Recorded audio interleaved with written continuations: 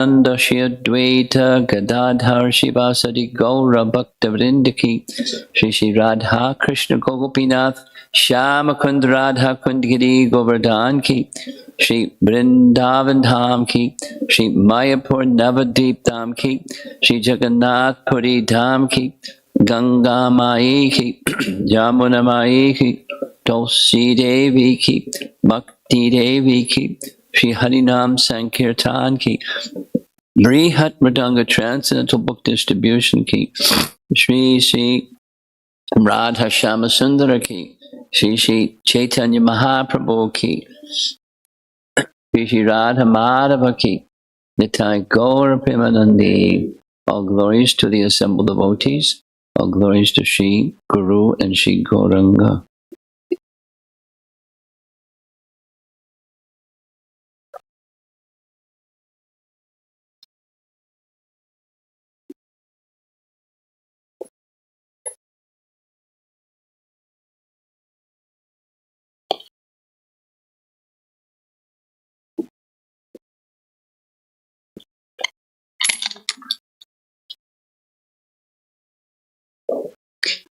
Jaya Radha Madhava Kunja Bihari.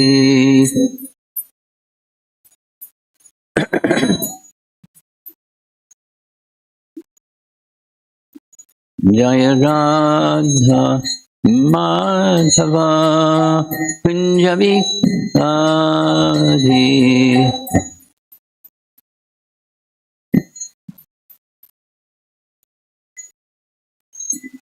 Gopi Jana Vallabha Girivara Dhari.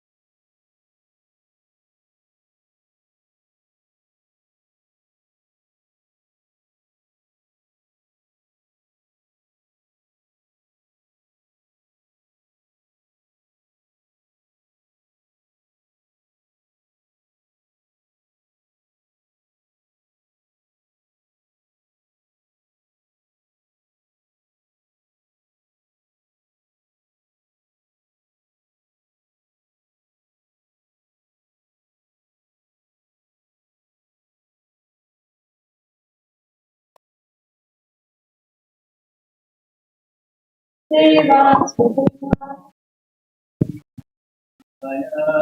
Namo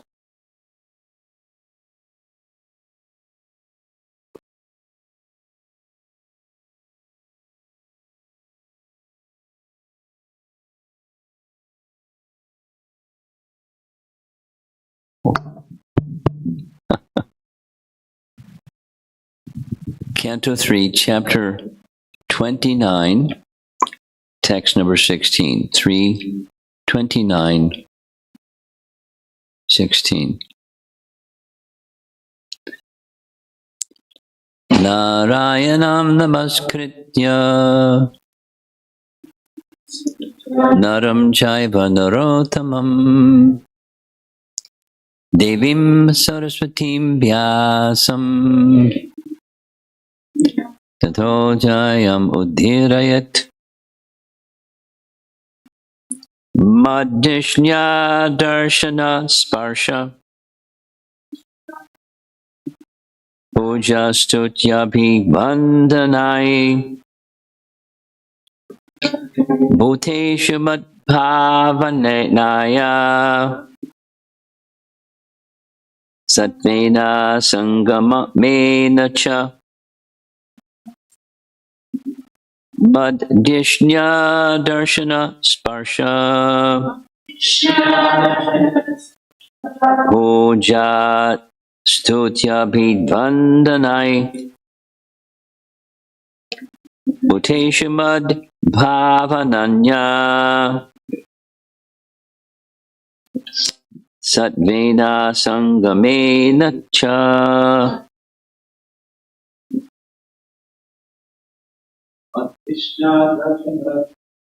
Madhishya Darshana Sparsha Pujastutya Vibhandanai Bhuteshu Bhavanaya Satvena Sangamena Cha Madhishya Darshana Sparsha Pujastutya Vibhandanai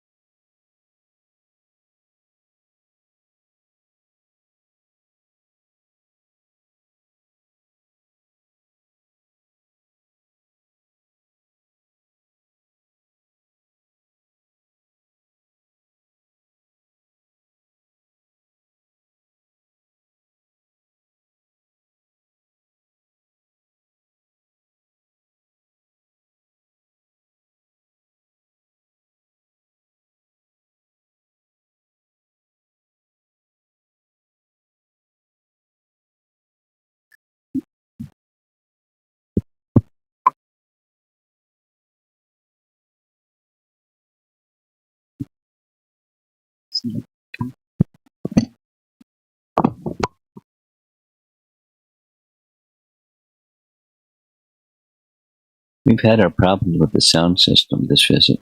At least no screeching this morning. Let's see what happens. Purport. Temple worship is one of the duties of a devotee. It is especially recommended for neophytes, but those who are advanced should not refrain from temple worship. There is a distinction in the matter of neophyte and an advanced devotee appreciate the Lord's presence in the temple.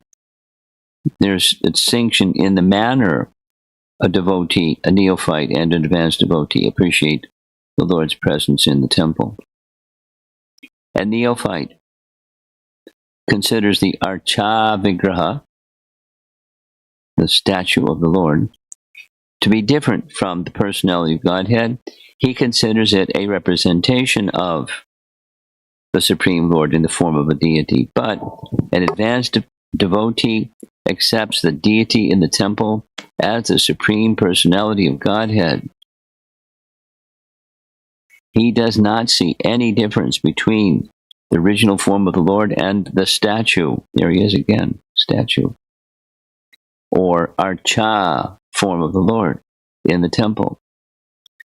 This is the vision of a devotee whose devotional service is in the highest stage of bhava, or love of Godhead. Whereas a neophyte's worship in the temple is a matter of routine duty. Paragraph. Temple worship is one of the functions of a devotee. He goes regularly to see the deity, nicely decorated, and with veneration and respect, he touches the lotus feet of the Lord and presents offerings of worship, such as fruits, flowers, and prayers. At the same time, to advance in devotional service, a devotee should see other living entities as spiritual sparks, parts and parcels of the Supreme Lord. A devotee is to offer respect to every entity that has a relationship with the Lord, because every living entity originally has a relationship with the Lord as a part and parcel. A devotee should try to see all living entities on the same equal level of spiritual existence. As stated in Bhagavad Gita, Pandita, one who is learned, sees equally a very learned Brahman, a Shudra, a dog, and a cow. He does not see the body, which is only an outward dress. He does not see the dress of a Brahmana, or that of a cow, or of a hog. He sees the spiritual spark, part and parcel of the Supreme Lord. If a devotee does not see every living entity as part and parcel of the Lord, he is considered a prakrita bhakta, a materialistic devotee. He is not completely situated on the spiritual platform. Rather, he is in the lowest stage of devotion. He does, however, show all respect to the deity. Paragraph. Although a devotee sees all living entities on the level of spiritual existence, he is not interested in associating with everyone. Simply because a tiger is part and parcel of the Supreme Lord, it does not mean that we embrace him, the tiger, because of his spiritual relationship with the Supreme Lord. We must associate only with persons who have developed Krishna consciousness.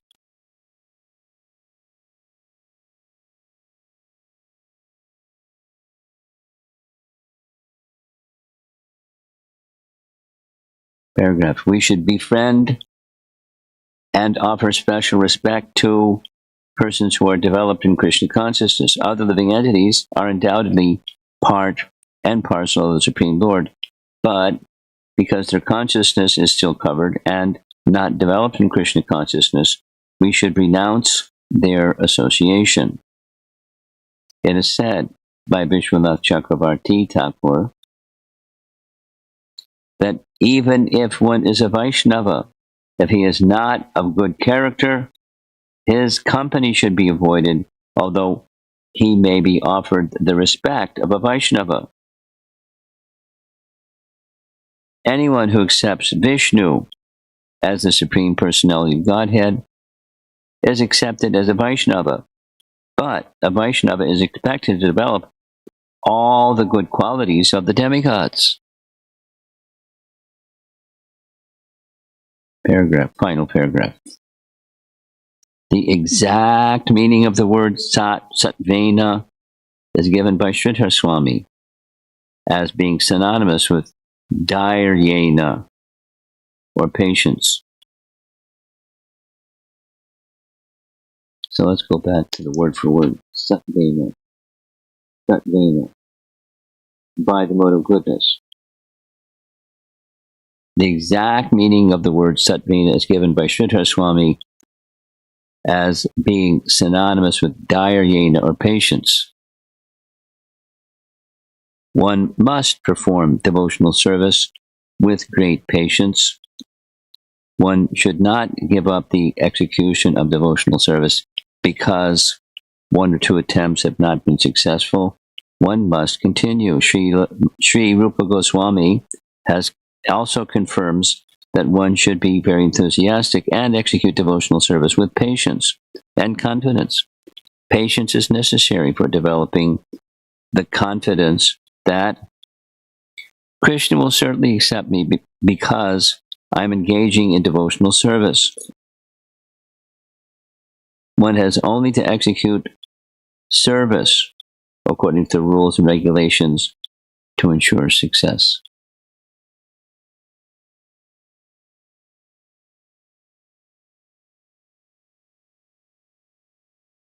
And in reading this purport, there's many thoughts. One of them is this effort to distribute sets of Srimad Bhagavatam is really important, because where are people going to get this understanding? Like, this is just textbook understanding, what to speak of assimilating and becoming. But what's the standard? So the context, of course, is Kapila Deva is instructing his mother, who has the qualification to understand. And many people, at least let them have the opportunity to understand, or to hear, however much they understand. And you have to start somewhere. So, as our founder Acharya, wishing to elevate people to Krishna consciousness from the other end of the spectrum, Bhagavatam is very important. And as he's traveling around the world as a world Acharya, he's giving instructions to the world. He knows his audience, and they're mostly uncivilized people. And somehow or another, this elevated Bhagavad Dharma instruction is to be imparted somehow or another. So as the discussion with Devahuti is becoming in steps more elevated, more elevated, more elevated. Similarly, according to the knowing the audience, he doesn't hold back. He's very explicit about standards and training.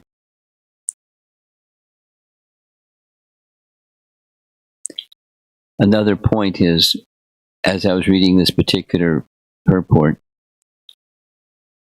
before the class and then during the class, my thoughts were going to different individuals who I'm interacting with that are struggling with something or another something or multiple somethings. And the standard is high. While the standard is high, that's the standard of respecting all living entities. While respecting all living entities, it doesn't mean, read the sentence, simply because a tiger is part and parcel of the Supreme Lord does not mean that we embrace him because of his spiritual relationship with the Supreme Lord. We must associate only with persons who have developed Krishna consciousness. And then, with the person who has developed Krishna consciousness, there's gradations. Going back to the earlier part of the purport, there's the Prakrita Bhakta, and they're Vaishnavas, they're Bhaktas. They worship the deity, and they don't have the refinement of respecting all living entities, or many living entities, or any living entity, but they have some regard for the Lord, and so they see the deity form as a statue, and as a duty, they come, and we see it all the time. People come, and they see the deity. They stand there for a few moments, and then they leave. And that's good. I mean, there's better than good, but that's good. And so temples where deities are established for Prakrita Bhaktas, it's good. And then how to elevate the Prakrita Bhakta to the next stage. That's where there's some challenge or some opportunity at the same time. And like Premananda's question yesterday, we went off on that question. So there's how to move, why and what to do. Persons come together and they have some sense of,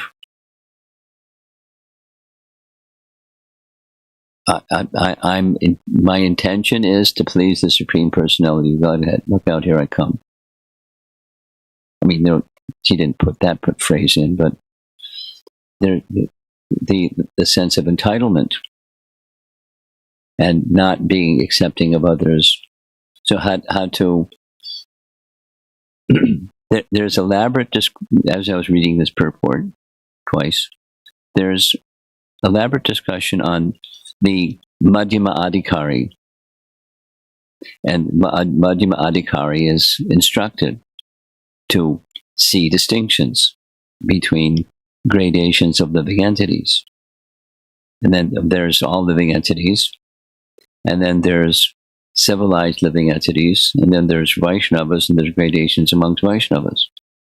And respect goes to every living entity, and gradations of respect go to the position of that living entity, according to consciousness. So a special respect goes to persons who have developed Krishna consciousness. And many, without proper training, we don't have the yardstick for measuring who's advanced in Krishna consciousness, because there may be something external and something else internal. And there's so many variables. It's not cookie cutter. It's not clear cut. And therefore, that one's personal purification and the great and as far as staying under the guidance of someone that is at least mature and exemplary, to some degree exemplary, not necessarily a perfect soul, but exemplary Vaishnava, being respectful of those individuals and being guided by those individuals.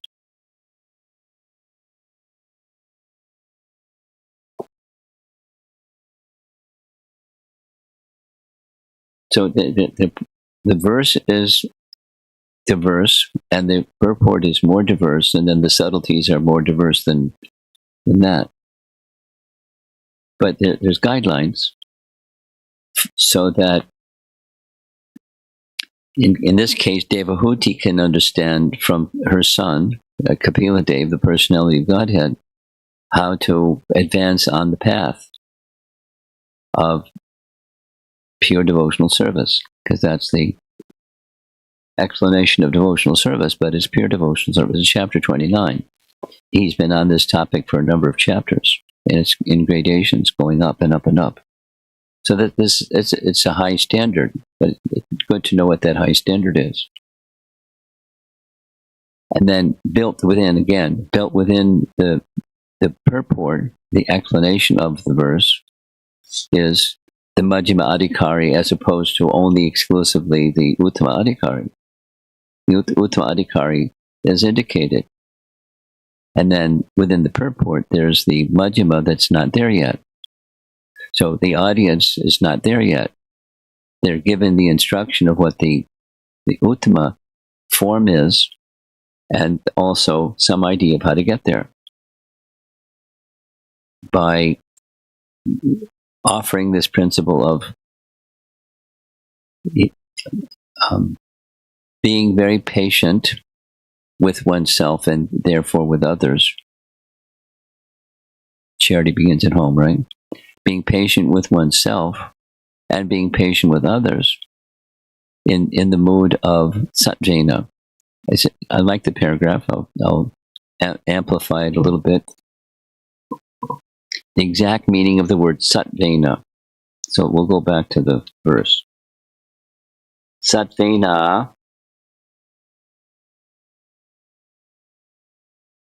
asangamena, with detachment. Satvena, by the mode of goodness, with detachment. Cha.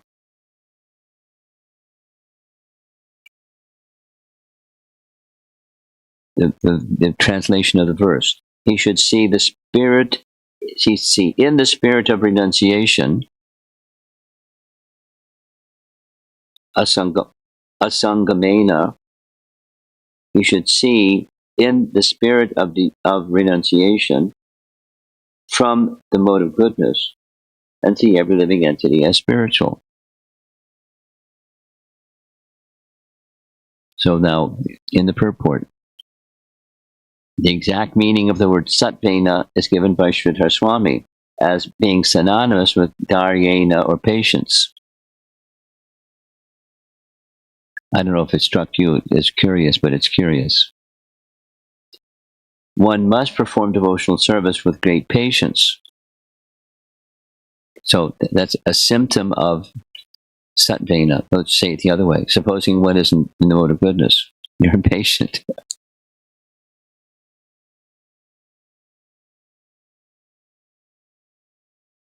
So being enthusiastic, at the same time being patient, sounds like go and stop. But it's not. It's satvena, dharyat, or dharyena. It's a mode of goodness. Enthusiasm in the mode of goodness, in contrast to passion and ignorance. And passion is, we do something because we want a result. We're expecting the result will come quickly because I'm in the mode of passion. And after all, I'm good because I'm doing what's to be done to get the good thing. So mode of passion is in strains in different degrees in everybody, and every conditioned soul.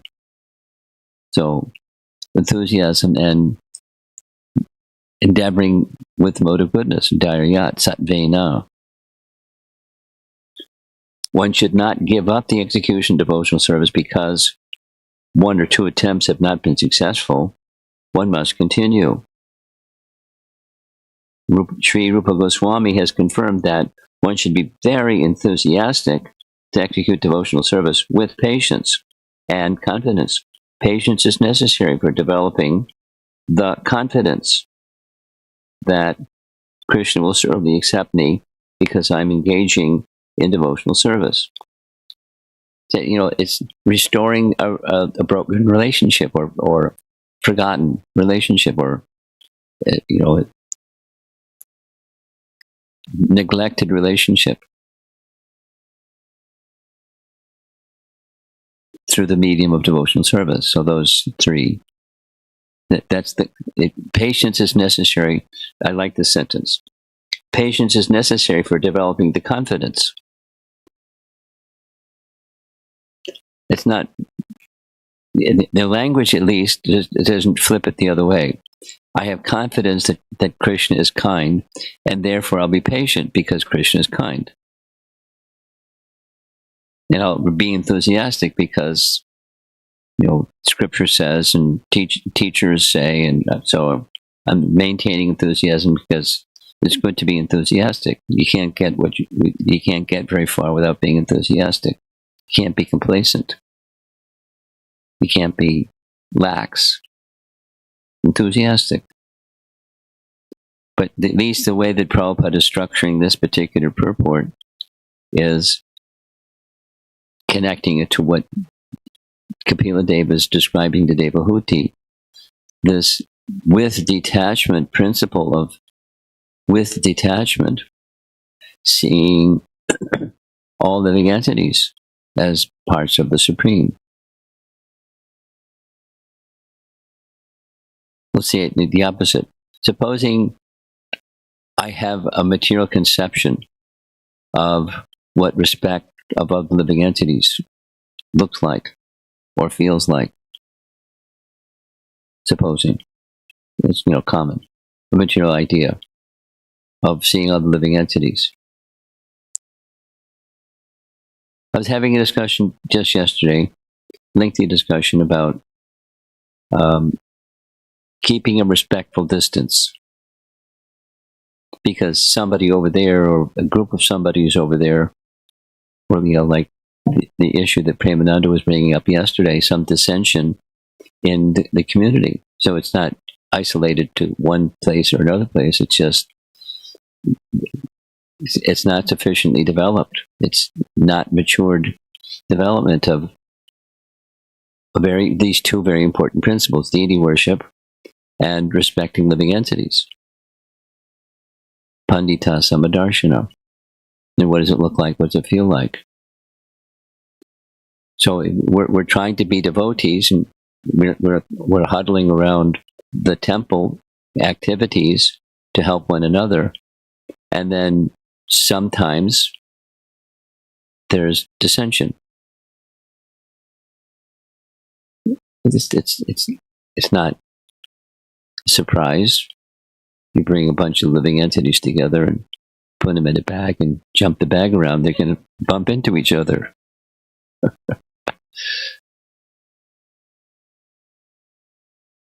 So that's okay. It's okay. It's not a surprise. It's not abominable. Just how do we handle it? How do we deal with the purification that's involved? And then just maintaining respectful distance. Go back. Although a devotee sees all living entities on the level of spiritual existence, he's not interested in associating with everyone. We must associate only with persons who have developed Krishna consciousness. Now that's speaking of intimacy, not snobbiness. Respect without, a haughty attitude or condescending attitude or something. Respectful in all circumstances, even when something is clearly out of bounds. And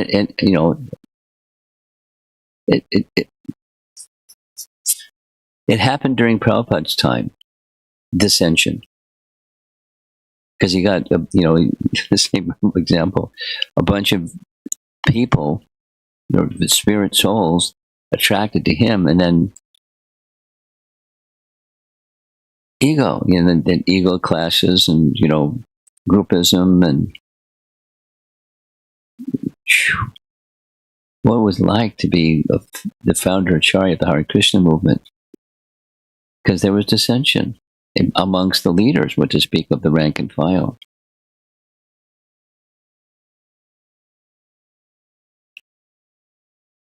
because of his spiritual gift,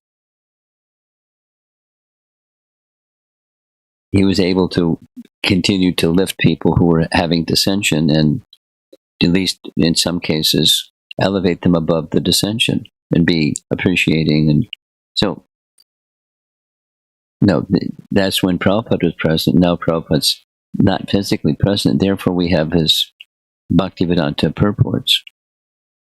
And then persons that are understanding of those and living accordingly, and jnana vijnana astikyam brahmakarma swabhavajam. The brahmanas are very important persons in the social structure. Not just knowledge, book knowledge, but practical application of the book knowledge. And then, because of that, some purification, elevation. And then back to with patience, sattvena.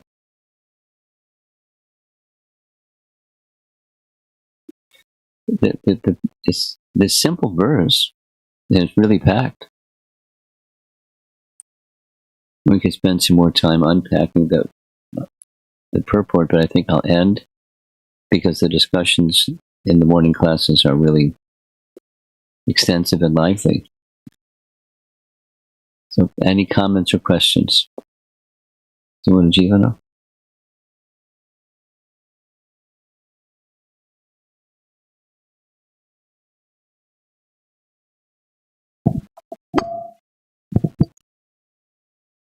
I have a comment and a question, Maharaj.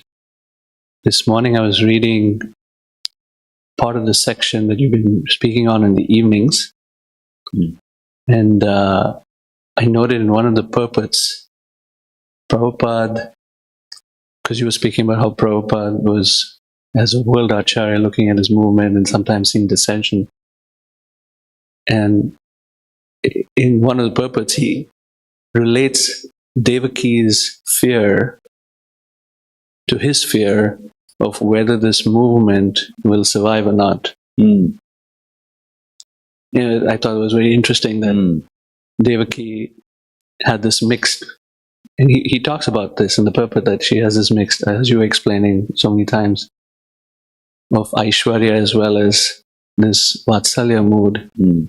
And so Prabhupada spoke of his relationship with the movement in a similar way.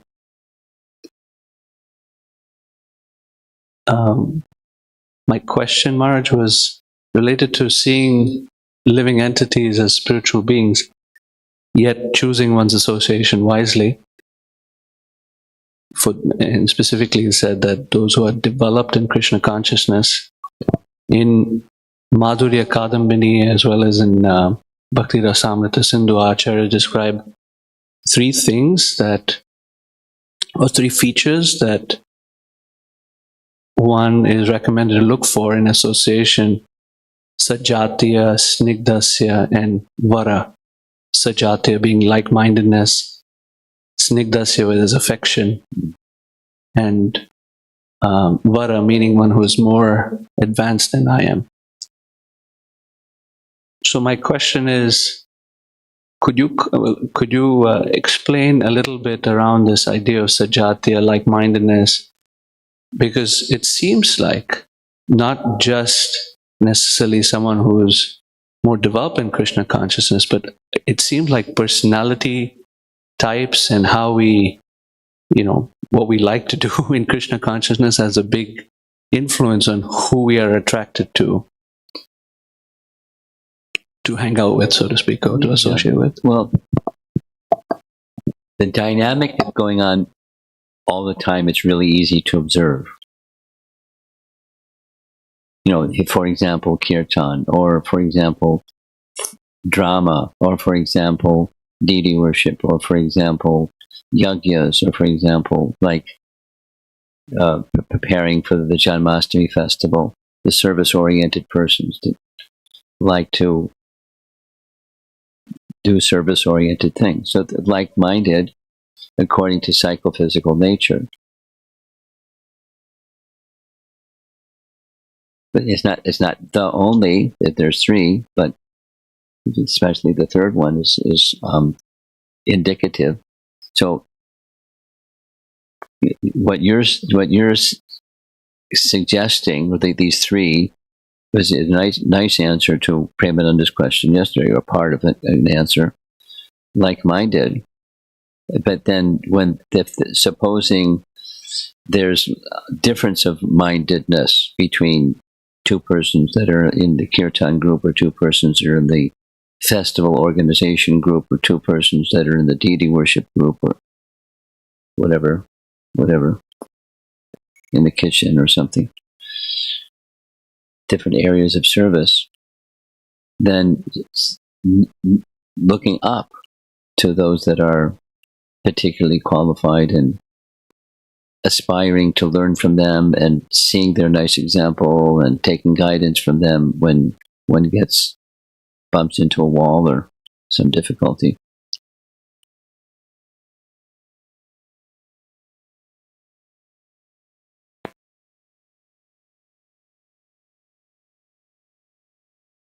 Those three criterion are criterion for selection of association. And the selection is that respect goes to everyone, and then there's some of the everyones that I choose, hopefully wisely, to make a stronger connection with. And the like-mindedness is a very natural one.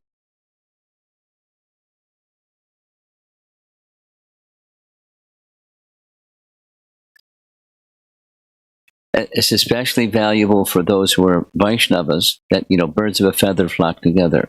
So criminals like being with criminals. And honest people like being with honest people. And politicians seem to like being with politicians and bashing each other and slugfest, and the best man wins. And then somebody else is the best man. And, they like that spirit. So that's a material like-mindedness. But for those that are seeing the goal of life more clearly, then like-minded association is persons who have similar disposition, as I do. And then there's other factors.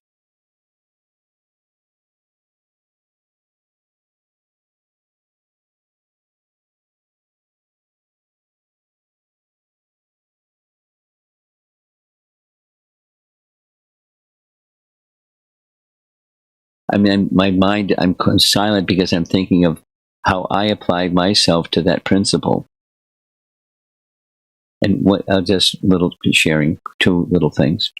One of the things that I have found that the devotees in general like is when they see this senior devotee and that senior devotee come together and do stuff together. It's meaningful. It's heart moving. And so, aside from the senior devotee that gets together with the senior devotee, it's so just recently I did this with Tamahar. And there's details. His health is a major obstacle. And because of his health situation, chemotherapy and the whole 9 yards. So his health has been, his capacity has greatly reduced. Anyway, it was meaningful for him. It was meaningful for me to be in that relationship with him, and meaningful for the audience to see the two of us interacting that way. And then how do you select who the like-minded persons? Back to your question. We did service together for such a long time.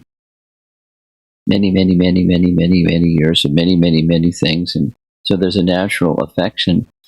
But because of his health, he kind of like dropped off the radar screen to the world, because he was just dealing with what he could deal with.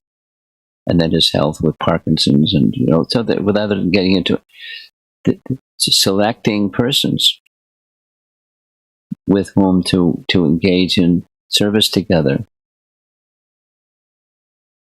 So it's become a nice meditation for me.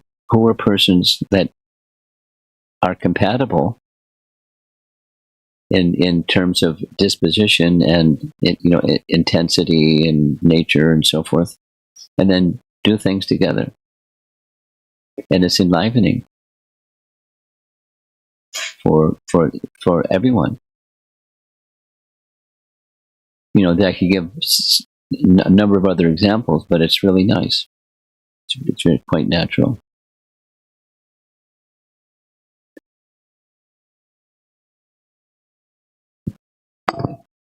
And in finding that kind of association, where there's like-mindedness and affection, it naturally subsides the other piece of dissension in the community, it seems like. And if you're looking for it, you'll find it. If you're not looking for it, then you won't find it. And then you won't find, then the dissension stays at a peak, or spikes from time and then becomes more quiet, or the waves of the material energy move. But all of the material well-being follows spiritual well-being,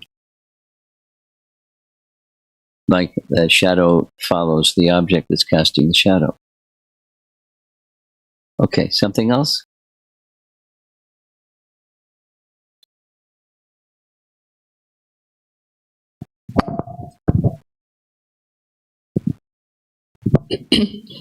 Guru Maharaj, what is the difference between the detachment and renunciation?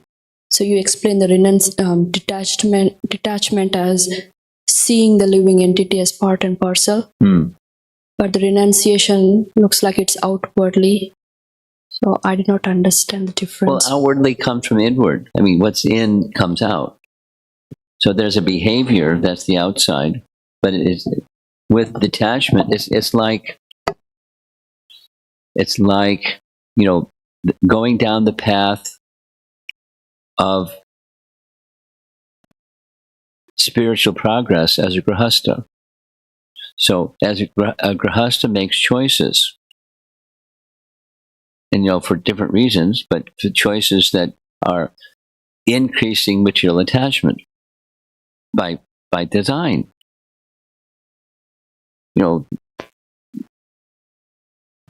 There was just marriage. And then what comes after marriage? Commonly, there's other things that come after. So, and then you're building your little empire while being detached or renounced. So it's your question is, are they synonymous? If they're not synonymous, how are they different? Renunciation they're quite similar, but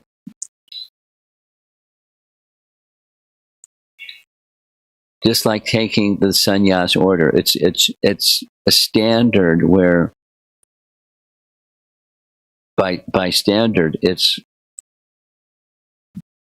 without material affinity. Without material affinity, like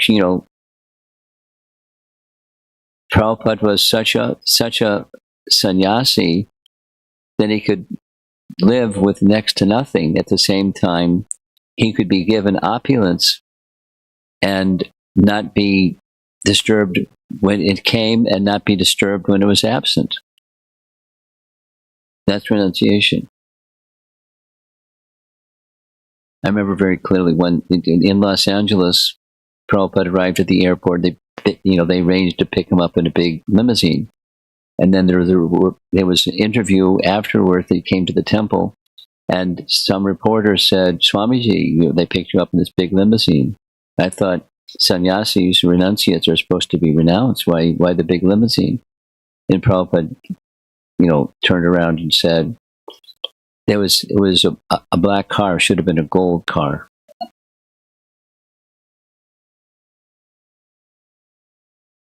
Yukta Vairagya. So Vairagya is detachment, but it's similar to renunciation, but engaging in things with detachment. So like this example, or the other example of a grihastha. How to live your lives as grihasthas in such a way that purposefully it's appropriate for my situation because XYZ, and therefore I'm accepting this and that without abandoning the principle. The goal is Krishna with detachment. And when someone has that spirit, then they're on the spiritual path. And someone doesn't have that spiritual that detachment, then their renunciation is artificial. It's so-called. And some people do that. It's so-called. Anyway.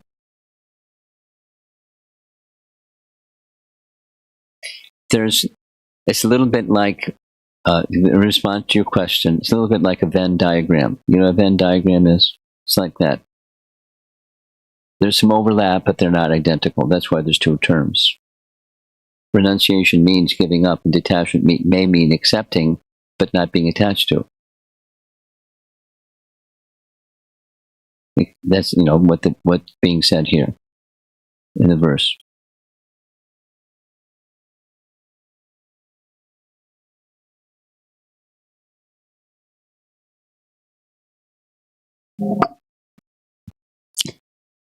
I just wanted to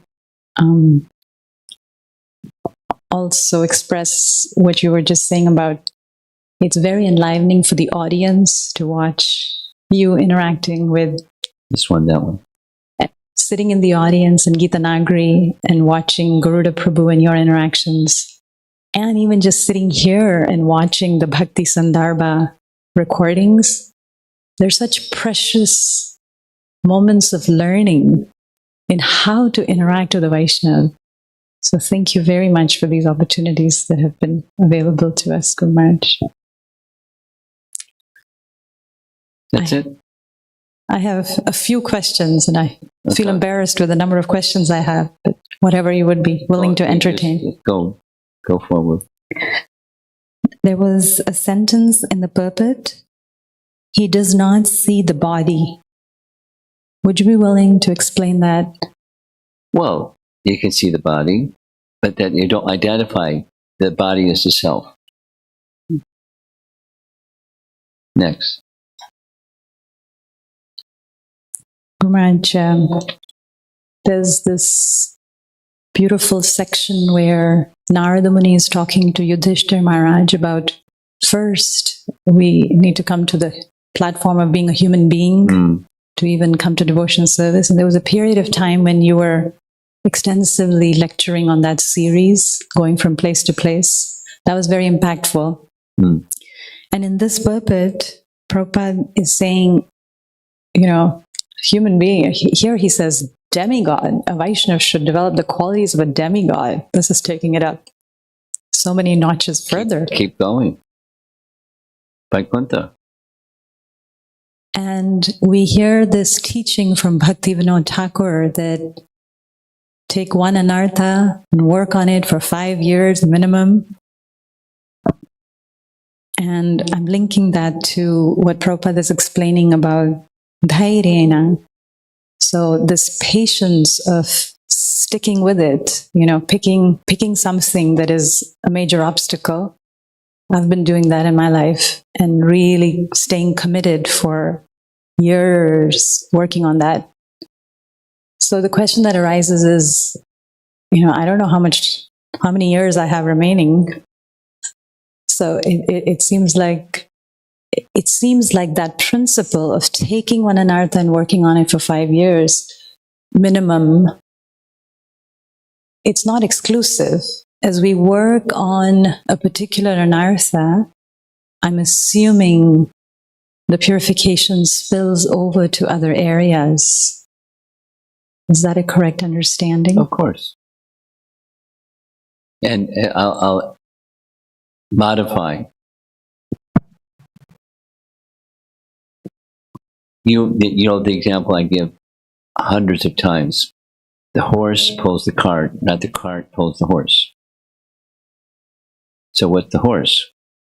And it's bhajana kriya based upon sadhusanga. And then comes an arjuna vritti. So the focus goes to Bhajana Kriya and Sadhu Sangha. And there comes the power for Anartha Nivritti. So what is it that, is it possible for you or me or Bhaktivinoda Thakur to overcome Anartha X? No. It's just a qualifier to what it means to work on something. You emphasize, if you try to overcome something that's unwanted, it's going to take more than 5 years. It's going to take 5 lifetimes, because it's not how things that are unwanted are removed. It's the spiritual principle. Light diminishes darkness. To turn up the light, and then the darkness is diminished. Now, it's good for me, for anyone, to recognize while I'm striving, and this is particular for your question, or responsive to your question. As I'm striving for Bhajana Kriya and Sadhu Sangha in a qualitative way, I start to get a little clearer picture of what that Anartha is and its friends, his companions. And as much as I may try to overcome this unwanted thing and its friends, I don't have the capacity. So then it's going back to the Sadhu Sangha Bhajana Kriya.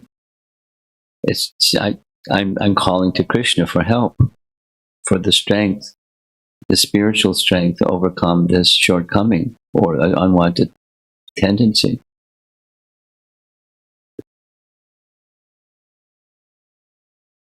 I can perceive the unwanted tendency better on the strength of Bhajana Kriya and Sadhu Sangha.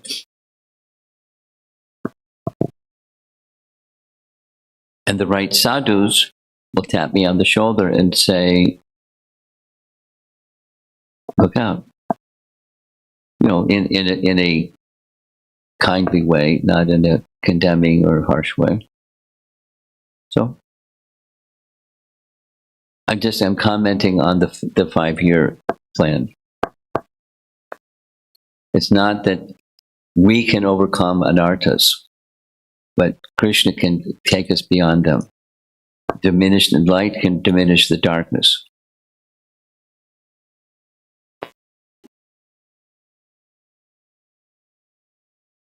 It's just a modification or a qualifier of explaining working on something for 5 years, because it can be misleading. It can be the doership spirit when that's not how it works.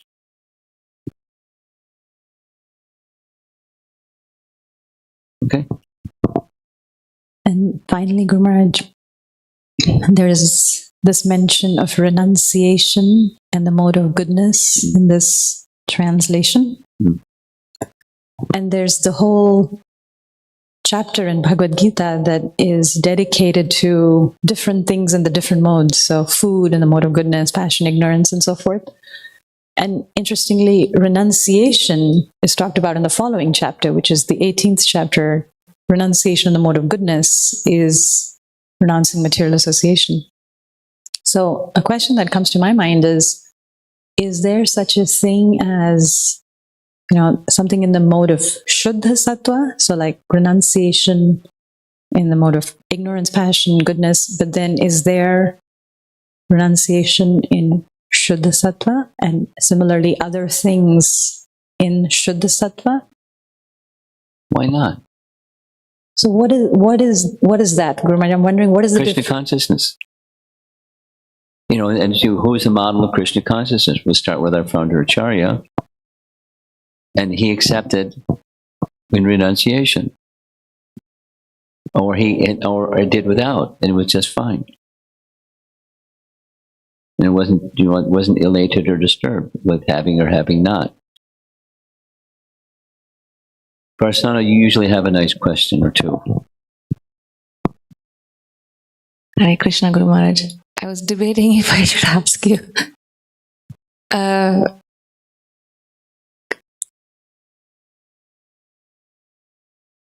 a senior devotee that I look up to some time back, she spoke this was in the context of Grihastha Ashram, and she said that, children need to see loving exchanges, respect between the parents. It's important. But if there are conflicts, it's important for the children to see how they get resolved as well. She said both are important. And we've heard from you, how the training we've received from you in all these years is respect. You're going to get it again, too. Pardon me? You're going to get it again. No, and I've seen practically how, I'm not sure if it resolved the conflict at that point in time, but it certainly resolved the knot in the heart. At that point in time and in later years as well, we have carried that.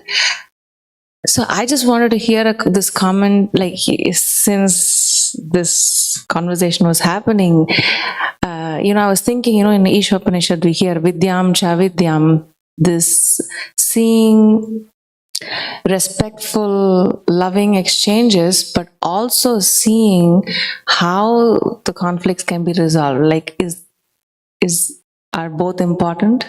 Yeah. You're asking for confirmation of what? Yes. And yeah, confirmed. Now, the parenting topic can take forever. So I'm not planning to have a class right now on parenting topic. But the answer to your question is yes, both are important.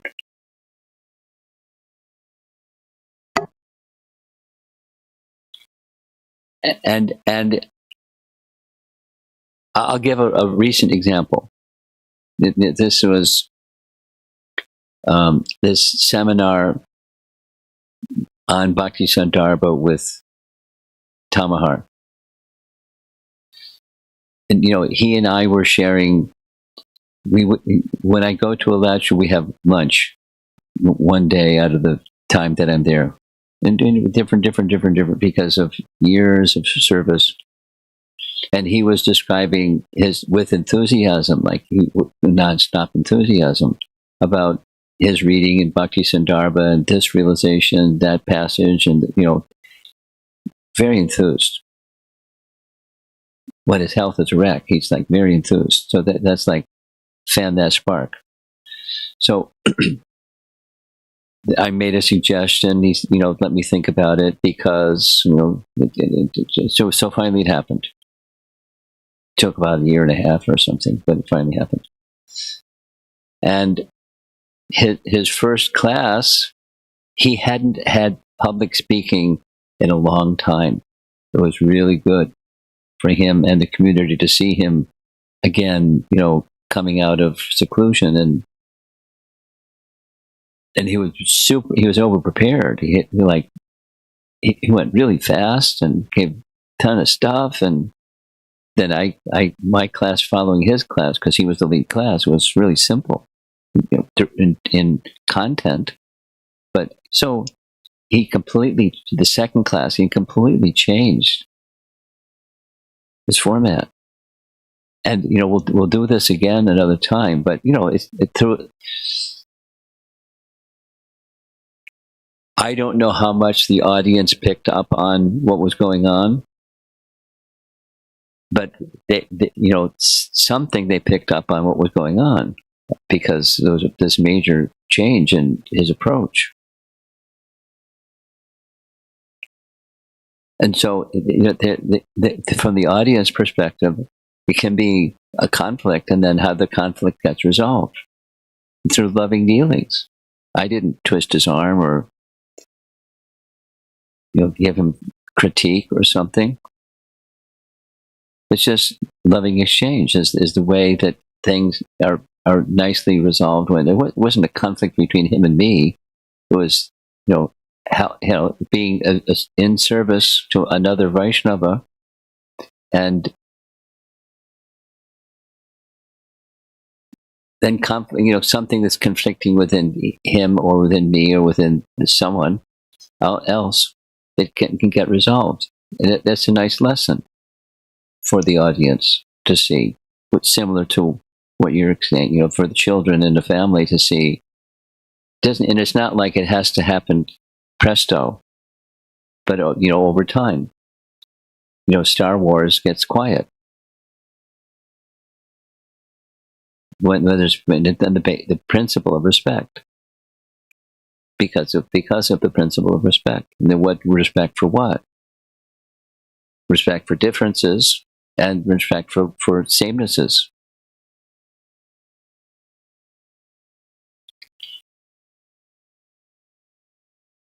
And then comes, this is another comment upon your comment, I'm going to end.